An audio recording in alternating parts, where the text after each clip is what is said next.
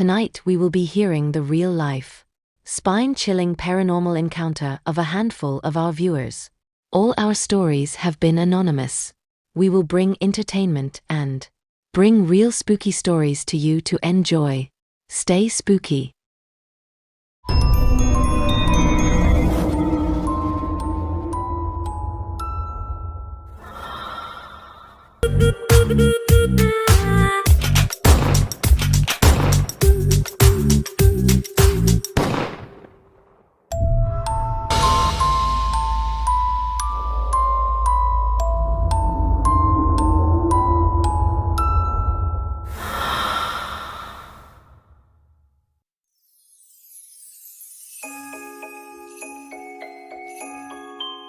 Hello, and welcome.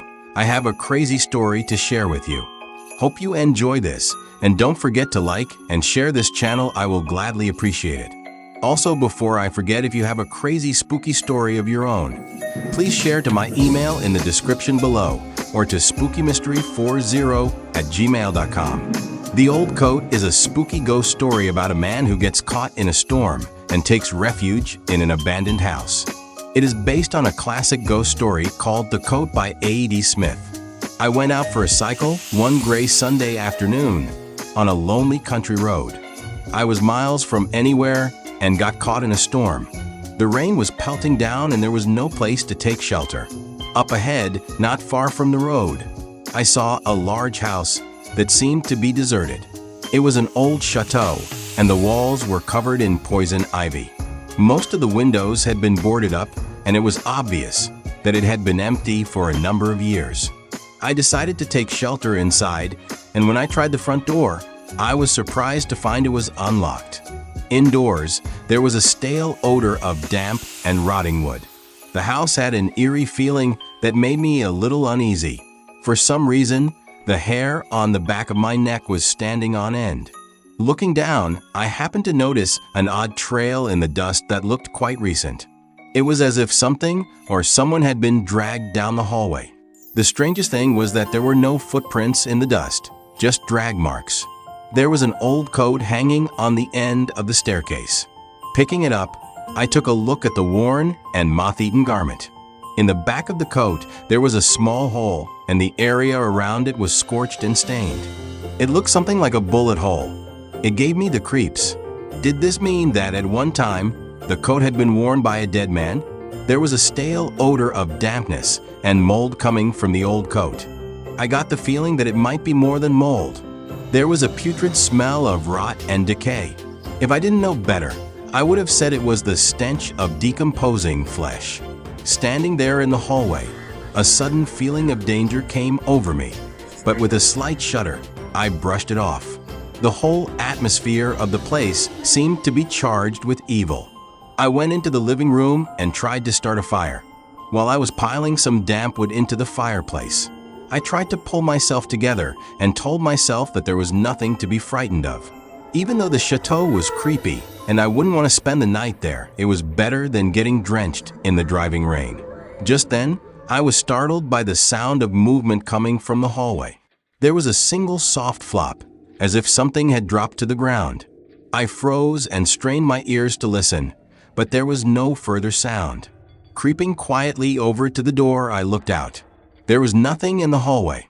All I could hear was the sound of the heavy rain outside. Then I noticed something strange.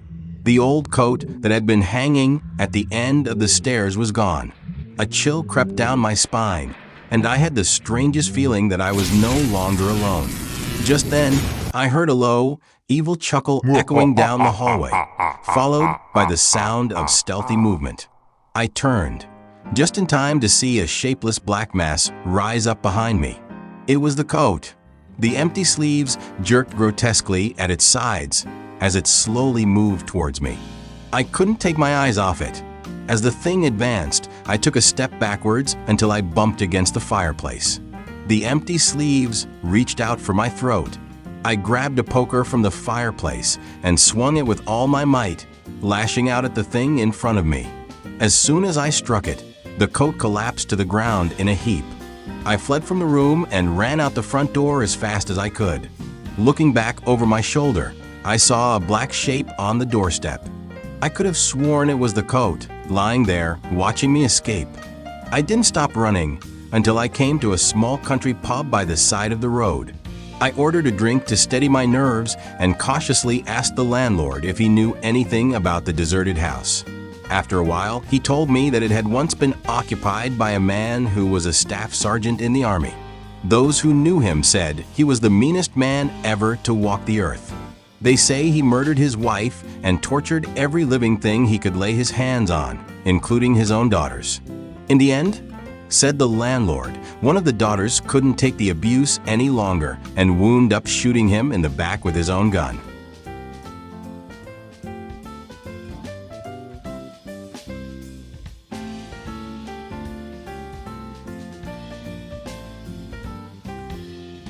The Stairs is a scary story about two men who spend the night in an old, deserted house. It is based on an old horror tale by Robert E. Howard, which in turn was inspired by African-American folklore. Two men named Banner and Griswold were hitchhiking on a lonely country road, but no cars would stop for them. They were tired and sick of walking. The sun was setting fast, and they needed to find a place to spend the night. They came across an old, deserted house and decided to take shelter inside. The garden was overgrown with weeds and bushes. The front door creaked open on rusty hinges, and a carpet of dust lay on the floor. The two men took some tins out of their backpacks and ate a small meal. Then, they unrolled their blankets on the floor, made themselves comfortable, and fell asleep. In the middle of the night, Griswold suddenly awakened from a troubled sleep. It was dark, and he was shivering with the cold. All of a sudden, he heard a strange noise. It was a high-pitched whistling sound. Just then, he noticed his friend. Banner was standing in the shadows, listening intently. He looked as if he was in some kind of trance.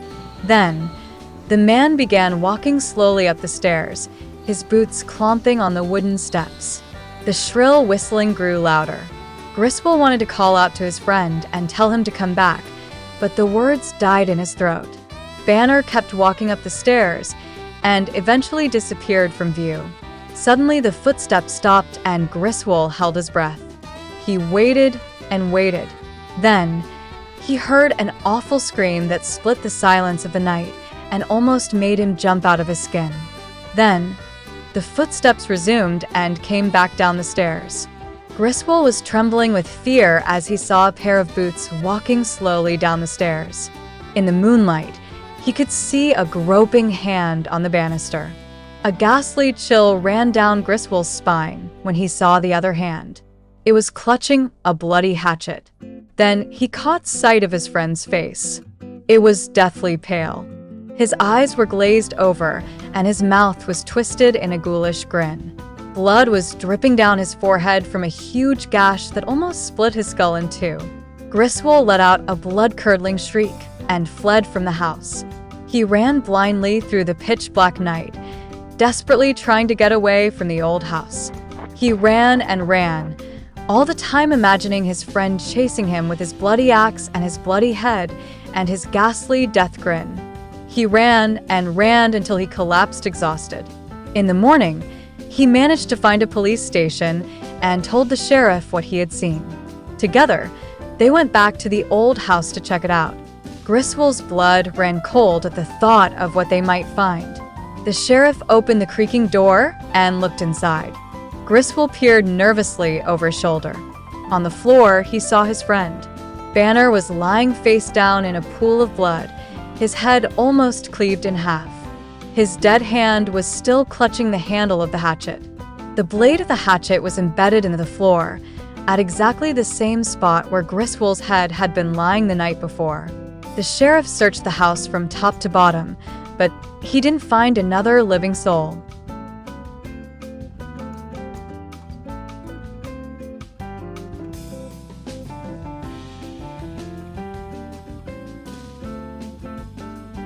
Hello, my name is Andrew. Clap Clap is a scary story about a man and woman who get lost in the mountains and come across an old cabin. One day, a young married couple went hiking in the mountains. As the sun began to set, they realized that they were lost.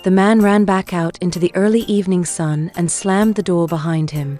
He dashed back to his cabin and locked his door. Whatever was in that cabin, he didn't want to meet it. The man slept poorly that night, the experience haunting his dreams. After a few hours, he woke up to hear the very same noise, presumably coming from cabin 11. He told himself it was okay, that his door was locked and he could just leave this place tomorrow. Thump, thump, thump. He pulled the covers up to his face, breathing deeply. The sound was louder and more resonant now than ever before.